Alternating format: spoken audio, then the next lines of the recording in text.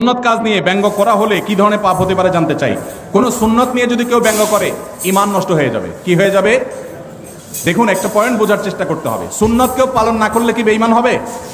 কিন্তু সুন্নত নিয়ে কেউ ব্যঙ্গ করলে কি হবে? ঈমান নষ্ট হবে।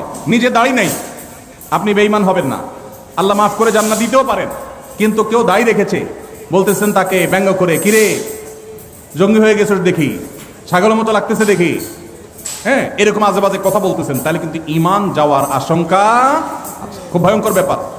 বিদ্রোহর শামিল, আল্লাহর সঙ্গে বিদ্রোহের শামিল। বাংলাদেশে কোনো আইন আপনি অমান্য করলেন, আপনার শাস্তি হবে, নাগরিকত্ব বাতিল হবে না। কিন্তু আপনি বাংলাদেশ রাষ্ট্রকে অস্বীকার করলেন, আইনকে অস্বীকার করলেন, সেক্ষেত্রে আপনি রাষ্ট্রদ্রোহী হবেন।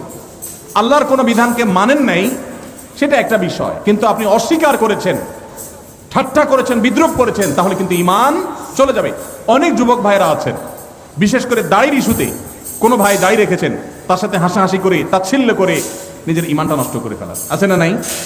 নিজে করতে না পারেন, আরেকজন করলে খবরদার কোনো বিদ্রোহ করবেন না।